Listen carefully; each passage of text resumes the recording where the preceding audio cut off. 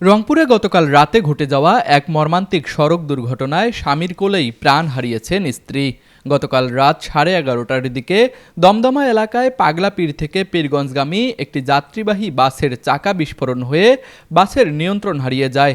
পরে বাসটি একটি লোহার পিলারে ধাক্কা দেয়। এই দুর্ঘটনায় ঘটনাস্থলেই এক নারীর মৃত্যু হয় এবং রংপুর মেডিকেল কলেজ হাসপাতালে নেয়ার পরে নিহত হয় বাস চালক। এছাড়াও এই দুর্ঘটনায় আহত হয়েছেন প্রায় ৩৫ জন যাত্রী। দেখলাম যে সামনের ডান সাইডের চাকাটা ব্লাস্ট হয়েছে। ব্লাস্ট হওয়ার কারণে নিয়ন্ত্রণ হারিয়ে অ্যাক্সিডেন্টটা ঘটছে।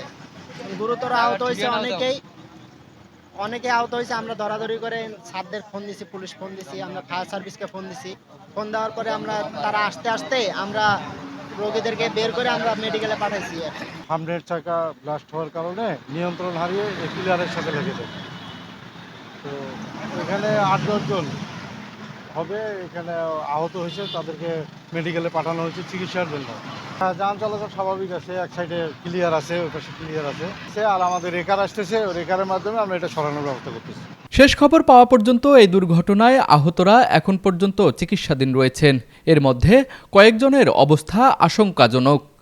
তুষার আচার্য, ডেস্ক রিপোর্ট, RCTV।